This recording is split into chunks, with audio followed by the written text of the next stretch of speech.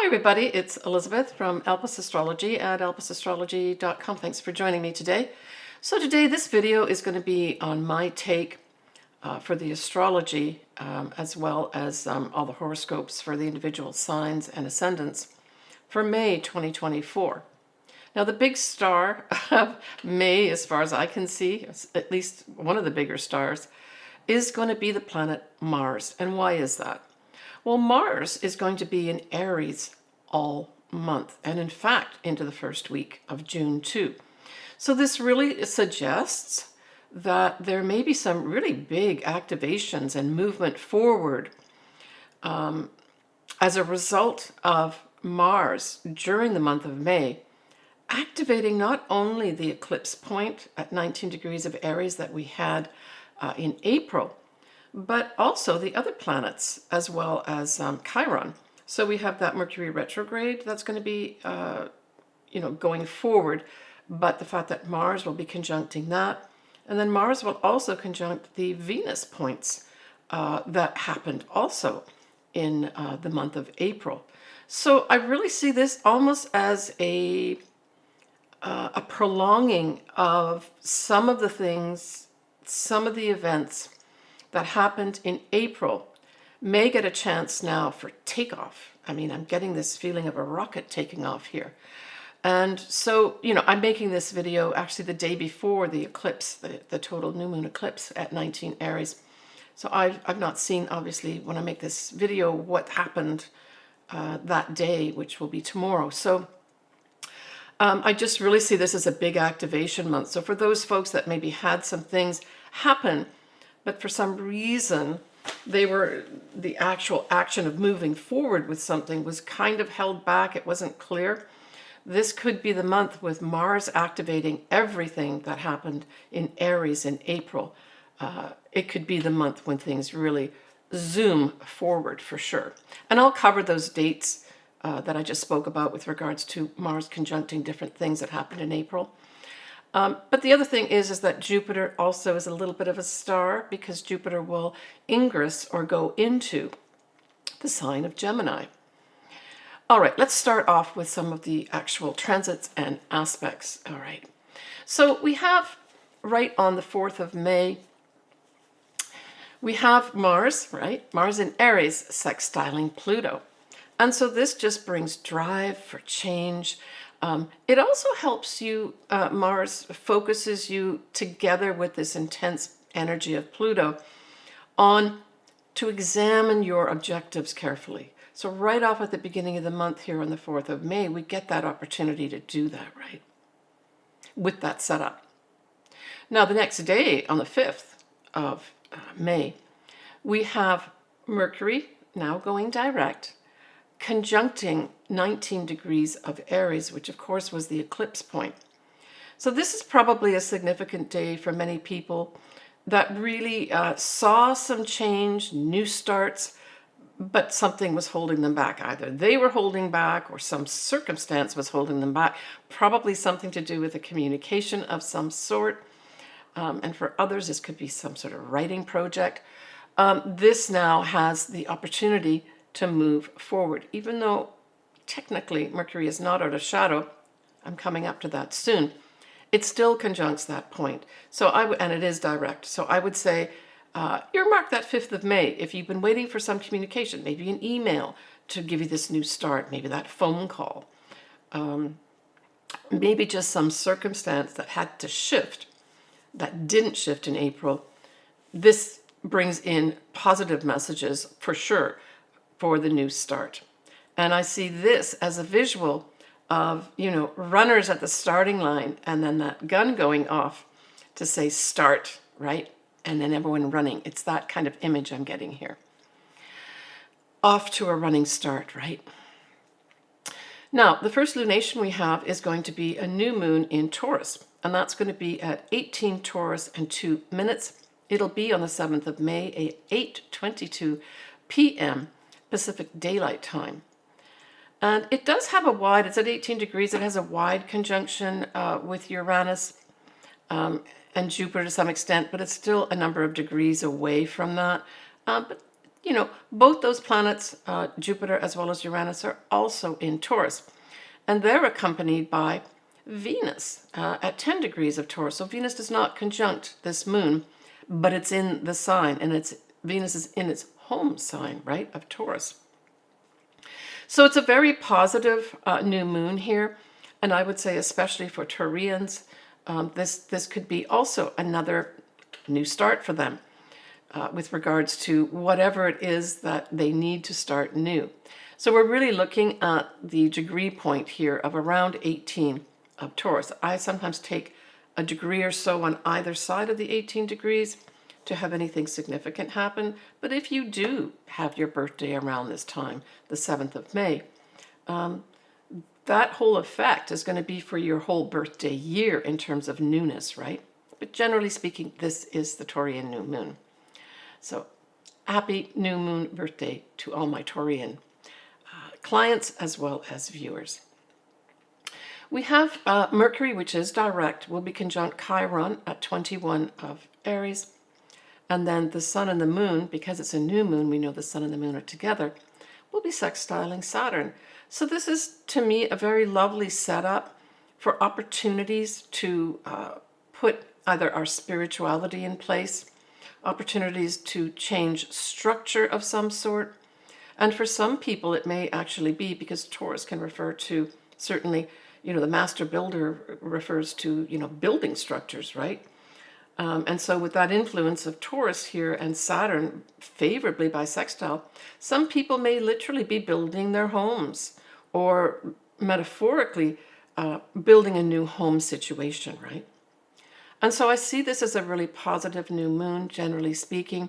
With Mercury conjunct Chiron, there may be some news with regards to our health, positive news with regards to our health, that helps us make some kind of new start. Maybe we'll finally get some actual real research regarding maybe safety of the vaccines, or just general understanding of long-term effects of that whole COVID situation that we've had. So when we move now to the 12th, 13th of May, we have the sun in Taurus will be conjuncting that degree point that both Jupiter and Uranus conjuncted, right? So that's around 21, 22 degrees of Taurus in April, on the 20th of April. So the sun coming up in over these degree points is going to also, I would say, illuminate something for you with regards to freedom, change, that type of thing. And again, with Jupiter, of course, we always talk about, foreign people, foreign things. It's the law as well. But, when the sun brings that big illumination to that, there's going to be some better understanding of what was really going on, or what really happened, right? And the sun also can represent a male figure.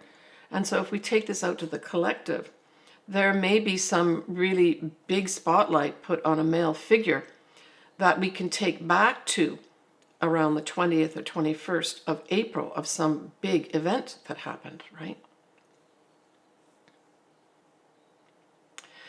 But we could also say that for us individually, if you've got this set up, so we're looking at 21, 22 degrees of Taurus, just take care with regards to, putting yourself in situations where you could potentially have an accident, because this can make you accident prone as well. So just take care with what you're driving, anything that you're doing around your home or work. Don't take risks, that type of thing. But certainly this day is going to have, if you've got this degree point aspected for you, really wanting to seek change and freedom, right? And Jupiter on top of that, really saying and expanding that feeling. And then the sun on top, illuminating it. And that same day, on the 13th of May, we are also going to have Mercury coming out of shadow. It's the 13th, 14th of May, depending where you are. And so, yippee, we now have that whole Mercury effect of the shadow and the retrograde itself completely done and dusted, which is great.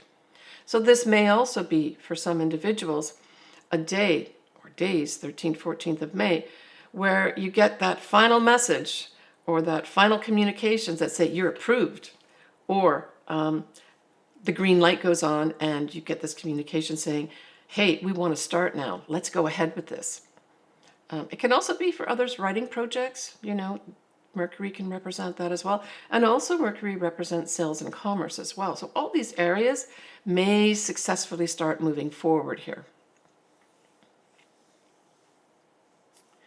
When we look at the 17th and 18th, we have Venus now is going to be conjunct Jupiter, Uranus in Taurus at 21, 22 degrees of Taurus. And so here's another activation of what? An initial event that happened on the 20th of April. Now, I would say that Venus here is going to bring a spotlight potentially to finances. I'm getting that more. Now, in the US, it might be that the Fed, there's some rumblings with the Fed. My understanding is that's probably more likely in June, but there may be something that comes up at this time that's a surprise with regards to monies. Now I'm talking about a collective level. But certainly if you've got this aspecting, so 21, 22 degrees of Taurus, with Venus on top of that and Jupiter and Uranus aspected, you could get some unexpected money coming your way. I mean, Venus also can represent love. So again, individually, some folks may unexpectedly fall in love that day or days, 17th, 18th, right? When we go the next day, we're looking at the 19th of May. This may be a significant time in terms of real action. And that is because Mars will conjunct the north nodes at about 14 degrees of Aries. And certainly, our collective destiny could be activated here. Now, this can also bring up things like aggression. This is Aries we're talking about here, and Mars, of course, rules Aries, so very comfortable here and has power. So there could be some powerful thing that happens here with regards to our collective destiny path and new ways of moving forward, right? The next lunation that we have is going to be on the 23rd of May. And it's a full moon in Sagittarius. So it's a full moon at 2 Sagittarius, 55 minutes. So it's almost at 3 degrees. It does sextile Pluto within a degree or so. And that's really positive. It's at 6:54 a.m. and that's Pacific Daylight Time. So this is just a lovely setup on its own, right? That full moon sextiling Pluto in Aquarius. I really feel that there may be a real sense of hope and transformation, or more like the transformation that's happening is very hopeful and very future oriented. And again, I think there's this tie in because it's Sagittarius, and Sagittarius rules foreign people, foreign things, but also the law. It's almost like I'm getting this feeling of powerful energies coming in here to provide almost like shoring up things to some extent in a positive way. So we will have the moon sextile Pluto, but then of course, because it's a full moon, we'll have the sun trine Pluto. Now going together with this positive stuff that's happening at this full moon in Sagittarius, we also have something very interesting going on. We have Neptune at the anaretic degree of 29 Pisces, but we also have Jupiter as well as Venus at 29 degrees of Taurus. And so to me, this is like a huge culmination of energies. The anaretic degree is a critical degree in astrology. And as you know, the next thing that happens after 29 is you go into the first degree of the next sign. And so this is a real push of energies. I see this, the money markets, something big is going to be happening here with regards to our money markets for sure. Now, that moon that's in Sagittarius is in a fire sign, right? Sagittarius is a fire sign. And again, going back to April and many things that were happening in Aries, it trines, right? It trines anything in Aries. And so that moon goes on to trine everything that's in Aries as well, because, you know, that moon starts at 2 degrees. And so here's another activation of, and this I would say is very, very positive too. I mean, Jupiter as a sign is very forward thinking, future oriented, the big picture. So I really like this setup of this concentration of energy that is positively aspected, right? So let's just go over that again. Venus and Jupiter at 29 degrees of Taurus will be sextiling Neptune at 29 degrees of Taurus. Now, for sure, Jupiter can expand and grow anything to do with Venus. And Venus, like I said, is money markets potentially could grow here very positively. We could also have individually people falling in love or having the opportunity to fall in love. But it also can rule our values too. So for others that have this aspect, 29 degrees, your value you may attract in great value for yourself. Now, the other thing about Neptune is it can rule, you know, the waters. It also can rule, you know, the ethers and vapors, that sort of thing. Drugs, alcohol as well. So something like this could also, you know, be brought up, especially if we look at, you know, the day after this full moon on the 24th, we will have that moon at 18 degrees of Sagittarius, square Saturn at 18 degrees of Pisces. So to me, this says that there may be some, on an individual level especially, some difficulties with things like water. Literally, water comes to a standstill for some reason. It also can bring an individual level, a foreign connection, people dealing with aspects of anything to do with that Pisces sort of realm of, you know, drugs, alcohol, that type of thing. But water could come into the picture here again too, and not in such a positive way. It's like maybe we're going to go back to something big happening in the Red Sea area again, because it's a Sagittarius moon and that's foreign people, foreign things, right? Yeah. So that's on the 24th. We've got that square of the moon moving forward in Sagittarius, squaring Saturn. On the 26th, now this is a date to mark on your calendar, we have Mars, still in Aries, conjunct that degree point of 19 degrees of Aries, where we had that total new moon eclipse in April.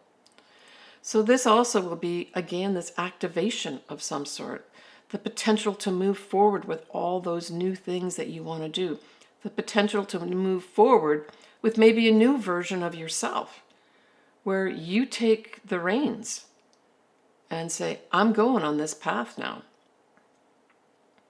I guess the only caution would be, you know, respect others around you, and, you know, you can be assertive about what you want, but take care, of course, of other people's opinions and feelings as well, right? Now, that same day on the 26th, we're going to have Jupiter now at 0 degrees of Gemini. I think that's awesome too. Venus will trine Pluto at 2 degrees, followed by Jupiter trining Pluto at 1 degree, right? Because we've got Pluto going retrograde. So I would say that that 26th is certainly a day to mark on your calendar for some shifts, some like real shifts. Okay, it's finally happened. All the preparation that I've done, all the things that I've set in place here are now going to move forward. Jupiter in Gemini, I did do a video on this. I'll put the link here below. But Jupiter in Gemini can certainly bring a big focus on expanding just communications on its own. Writing can expand. Jupiter also can rule the law. So I see it going into Gemini where the law working together with other people, that's also Gemini working with others, right?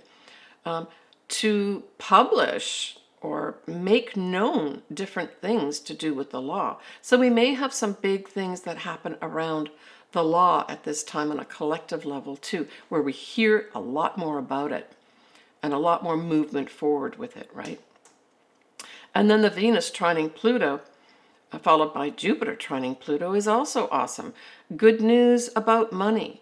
Good news about foreign things, and Jupiter again can be the law too. And if this is something that aspects your chart, some folks may actually be getting the opportunity to publish some kind of writing project. In fact, there may be something, in the press about some significant tome of some sort that is published that's significant for us to read. That may come up here too, by the way. All right, the 29th and 30th of April, we have that Mercury will be conjunct Jupiter and Uranus at 21, 22 degrees. We already know what that means. That goes back to April too. So there may be some significant communication of some sort that comes through 29th, 30th of April. That's going to be very important for some kind of shakeup. Now, the shakeup could be happening again in our money systems, right? Because we're talking about this happening here in Taurus, right? Mercury conjunct Jupiter and Uranus and Taurus. So this could be news about that. If you've got this in your personal chart, this could just be good news that you've been waiting for that changes everything for you in a positive way. So we end on the 31st with Jupiter trining Pluto at 1 degree. And I see this really as a time period of wrapping up this month of May, where for some, you're going to have professional success, right? There may be some kind of communications to do with sales and commerce, and also taking calculated risks. That trine that involves Gemini and Aquarius also can be some big transformation with regards to anything to do with, say, our social media. Now, it's a trine, so it's positive, so there may be some new introduction of something that helps transform the way we communicate on social media. Yeah, let me just see about that. Yeah, I mean, Jupiter on its own is anything to do with the law, publishing, higher education, travel as well. And then the trine is positive energy, generally speaking. And of course, Pluto talks about transformation. It also speaks to truth as well, powerful people. So there may be some very powerful speeches at this time too, towards the end of May, that are very transformational. And at an individual level, if you've got these degree points, we're talking about 1 degree or so of Gemini and 1 degree of Aquarius, and you have to make some kind of presentation or appeal to a number of people or a group, this could be great success for you towards the end of May.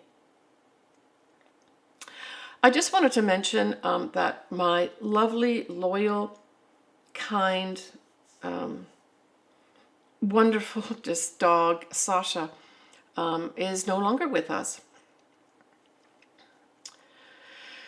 And I just wanted to thank the people, this was a couple years ago, kindly sent money for her operation, which actually was successful a couple years ago for her many tumors.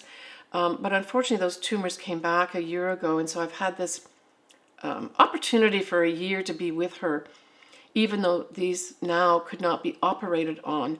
And so they really were just going to continue to grow, and it was time to say goodbye to Sasha, but I just wanted to thank everybody.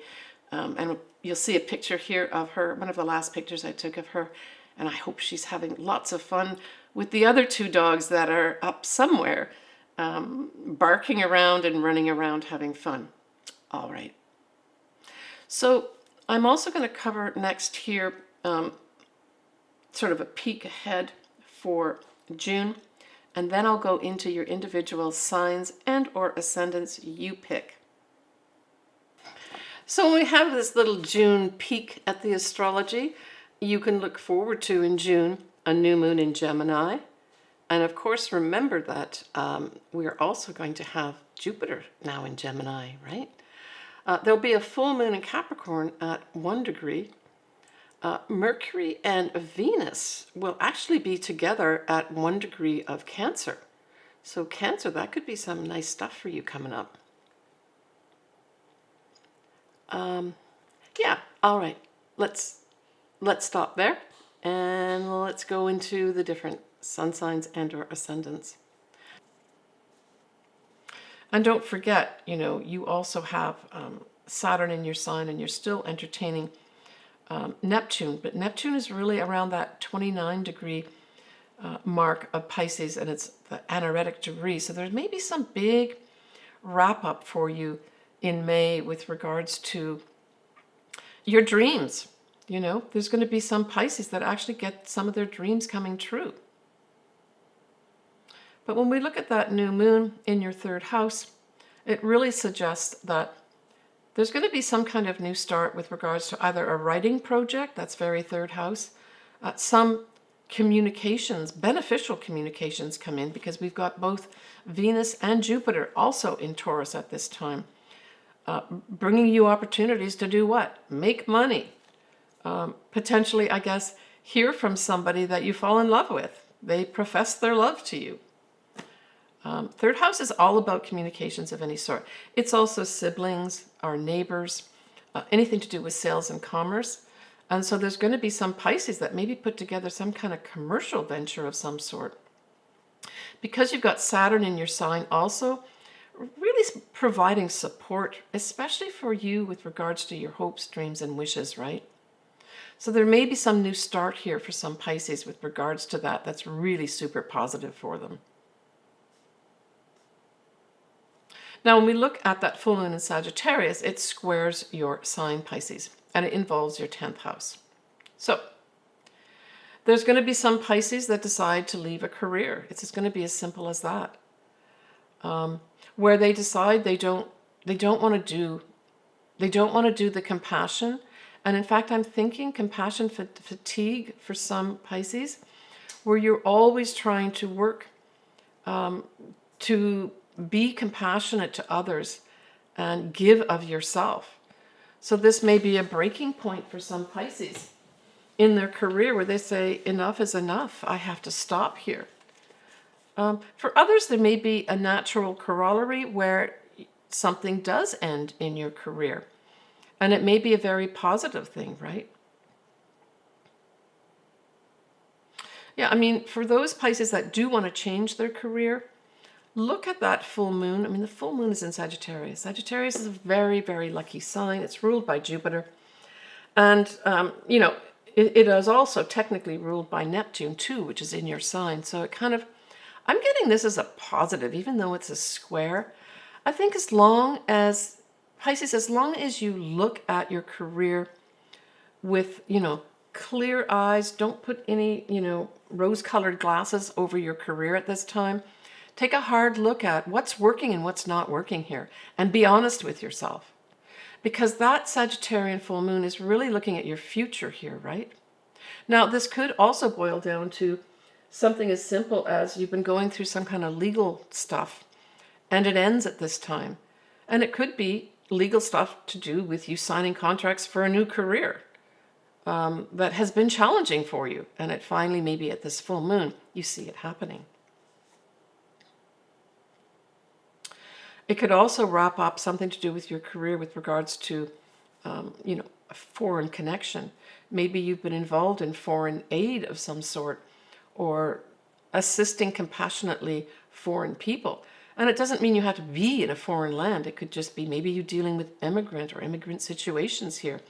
And there's some big challenges that are up for you here that you have to work at. It doesn't mean things won't happen at the full moon for you positively. Don't forget, it is in Sagittarius, which is very lucky. It just means that you might have to work at it, accept the challenges. And like I said, if you're finding that you're giving too much, that illumination of the full moon may just be telling you that. And you can take steps to alleviate it, right? All right, take care of yourself, Pisces. All right, folks, so that's it for me for this month. As I mentioned, that whole Mars in Aries will be activating all the things that happened in Aries in April in a positive way, right? Initiating them forward with action and momentum. So I love hearing from everybody. If you've got any comments, please put them below. I love doing charts. I love talking astrology. So for anybody that would like to have their chart done, all my contact info and how you do it is below. Just go to my services and pick out what you want. I'm wishing everybody a very happy May. It's a time, certainly in the Northern Hemisphere, where we've got all the flowers coming up, peeking through. I'm really bringing, I feel this month of May, I feel the word joy is a word that I think pertains to it overall. So have a joyous month. Enjoy everything happening around you. Beautiful energy in the spring energy for us here in the Northern Hemisphere. Take care of yourself, sending everyone lots of love. Bye for now. Hi everyone, it's Elizabeth here from Alpus Astrology. I'd like just to give you a little more detail about what I do with regards to the services I can offer you. Certainly, I suggest that if you've not had your chart ever done, this would be a good time to do it. Contact me. All my contact details are below, and we can talk to each other back and forth and arrange something for you. So I offer different services. I offer a full astrology report for two of my services. One is where I look at both your natal chart and your progress chart in detail. I accompany that with a physical chart, as well as your charts that I'm looking at for that year. I do what's called a transit chart, which really involves your progressed chart for that year in combination with your natal chart. I give you a report for that as well. Typically, I'd be updating an existing report for you. I have a lot of clients that come back to me yearly. And then the other service that I offer is a combination of taking a quick look at the astrology. Typically would be a year or 2 year, what stands out for me, looking at that, and then adding in at the end a tarot card reading to accompany it. I record that and send that to you pre-recorded. So that's not a live session. The other two that I do are live session. And then I offer obviously custom. I do a lot of picking marriage dates, compatibility. I typically use what are called Davison charts or synastry as well, where I can combine two charts to see how do these two charts of these people work together. More often it's going to be sort of romantic relationships, but it can also be business relationships too. How well do we work together type thing by producing one chart. So I do all that. As I said, I would love to do your chart. Contact me below and we can work together to make that happen for you.